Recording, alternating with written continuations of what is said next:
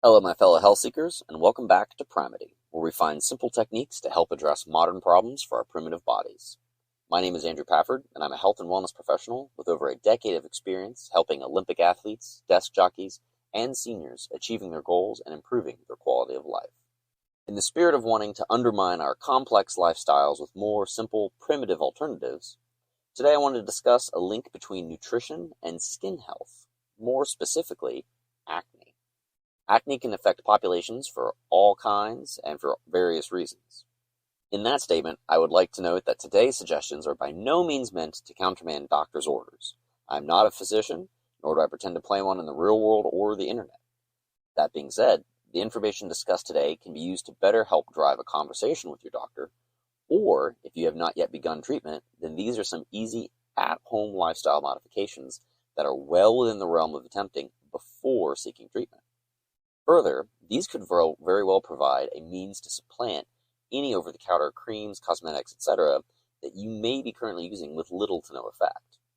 So with this in mind, today we're going to discuss some of the mechanisms through which one might develop acne, how nutrition can affect those mechanisms, and how we can better control nutrition to prevent the hijacking of those mechanisms that can lead to acne. As is typical, we need to give ourselves a baseline of how the body works, which enable us to understand the mechanisms that cause it to go awry, to then better ascertain possible solutions. So applying this thought process on today's topic, we will begin with the skin. A great deal of our skin not only contains hair follicles, and not just on the scalp, but also oil glands called sebaceous glands. These glands are responsible for secreting oil called sebum that helps keep our skin moist, or rather to trap moisture under the layer of oil to prevent it from evaporating and thus leading to a quickening of becoming dehydrated, since we would be dumping water at that point and turning into crusty critters. These glands lie just beneath the surface of the skin, so once the oil is produced, it can quickly reach the surface through our pores. Now, acne can form when these channels become blocked. Different types of acne can arise depending on the consequence of that blockage. We'll quickly cover some of those scenarios. First type is what we know as a whitehead, or in the medical term, a closed comedone. A whitehead is when the pore gets covered with skin with bacteria trapped inside. The bacteria can feed on the sebum and continue to replicate, creating an infection.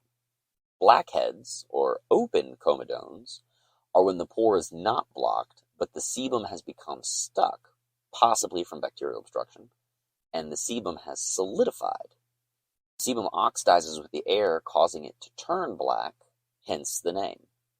Papules are larger than the first two, where the bacteria have replicated to such an extent that the immune system has become aware and begun to mount an immune response.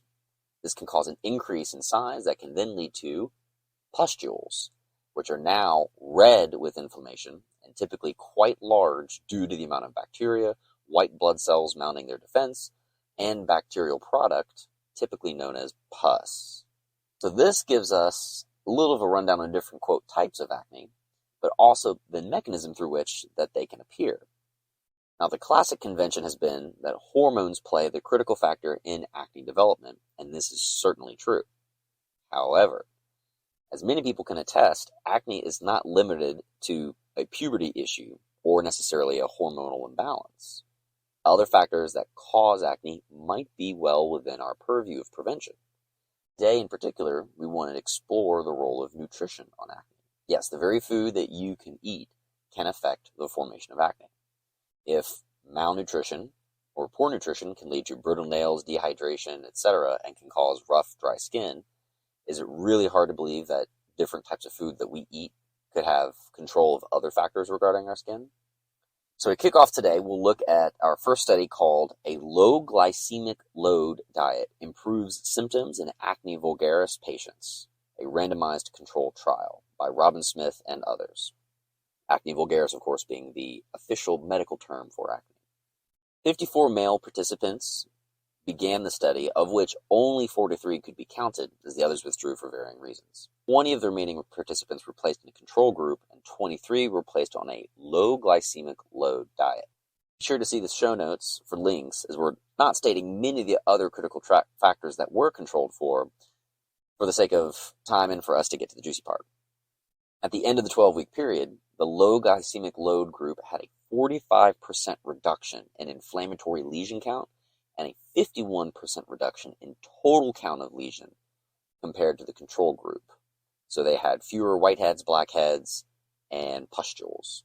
The control group only saw a reduction of 23% and 31% respectively, meaning 23% lower inflammatory and 31% overall count. Suffice to say, those numbers are not insignificant. One possible explanation provided is that insulin stimulates the synthesis of androgens, which are known to increase sebum production. Remember, we already identified puberty plays a role in acne. Androgens are a group of hormones that basically make puberty happen, the big one being testosterone. So if insulin increases androgen production and androgens increase sebum production, and increased sebum production is tied to acne, then surprise, surprise, our high glycemic diets, aka foods in highly available carbohydrates, now have a direct connection to acne. Now, regarding the previous study, for the sake of transparency, we need to make a couple points. Number one, the patients were male only. This is a detriment to the power of the study. Now, not to fault them, because sometimes we have to work with what we're given, but the study certainly sheds light on possible correlation, but with no females in the study, it can't be seen as being terribly strong. Two, the number of participants was not terribly high, with only 23 participants being involved in the experimental group. And three, it was also noted that all participants lost weight during the study. Weight loss is correlated with increased insulin sensitivity, meaning the body doesn't need as much insulin to get the job done, which in turn would have an effect on androgen production.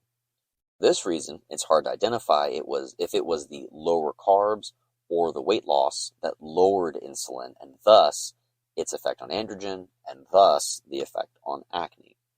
Suffice to say, if people are cutting out carbs and losing weight, that's still a win-win, and they're getting less acne. So decreasing your carbohydrate intake, having foods lower in glycemic index might not be a bad idea if your diet currently consists of lots of foods that are high in the glycemic index. Foods that are with simple sugars that your body can really absorb, like candy bars and soda and junk food. This means we can't definitively say that the lower carbohydrate diet can cure acne. However, it does make a compelling case for controlling insulin to help mitigate its effect on androgen production, and the best way to do that is eating foods, as I mentioned. Now, another study was done in 1997 called Predictors of Severity of Acne Vulgaris in Young Adolescent Girls, results of a 5-year longitudinal study by A.W. Lucky and others. This study followed 871 girls, approximately aged 10 to 11 years, for 5 years each. What they were able to determine is girls who received their menarche earlier, or when they first received their menstrual cycle, had more severe acne than those who received their menarche significantly later. They concluded that the girls who had higher DHEAS, a compound you might recall us talking about in episode 5, and is also subsequently an androgen, underwent menarche sooner and had more severe acne. They indicated that DHEAS levels appeared to be an indicator for acne severity. Now, this is pretty important, as we now have a study with 871 individuals that they were able to tease out and make correlations to. This is a high-powered number of participants, which gives this study strong power. But let's consider some things. First, as we've previously established, DHEAS is the storage form of DHEA, which is the active form. So the shorthand you can think of as the S stands for storage. So DHEAS does not directly have an impact on hormones, as it's just storage. Second, DHEA, the active form, actually has very low androgenic potency, meaning DHEA in and of itself does not actually act upon any of the channels, mechanisms, what have you, that androgens do. However, DHEA does, and I'm going to quote the Mayo Clinic laboratories here, serve as the major direct or indirect precursor for most sex steroids. Translation: the more DHEA/DHEAS one were to have, the greater the likelihood the body can convert those compounds into sex hormones that drive puberty, testosterone, estrogen, etc. This is important because not only does it reaffirm how sex hormones drive acne, it gives us another angle to look at from a nutritional impact. Can nutrition impact sex hormones and, through the transitive property, acne? So now comes a very strong piece of literature. This is dietary fat and polyunsaturated fatty acid intakes during childhood are prospectively associated with puberty timing independent of dietary protein, by Yu, Zhu, and others. Now this one is very important, as this pulls information from a large-scale, nationwide, ongoing longitudinal study in China. This means that the data is gathered from a large body of participants over a long period of time, giving it extreme strength in terms of drawing connections.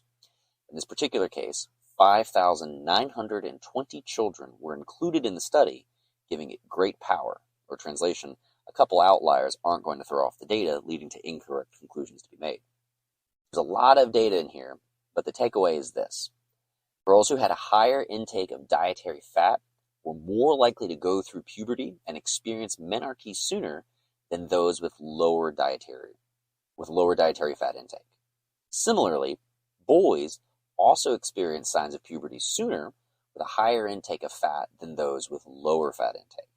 This means that dietary fat plays a large role in sex hormones in puberty, and while not measured in this particular study, is a safe connection to make that acne was increased given the information that we established in the previous study. Now, this particular study, however, goes on to further differentiate that not all fat contributes to this equally.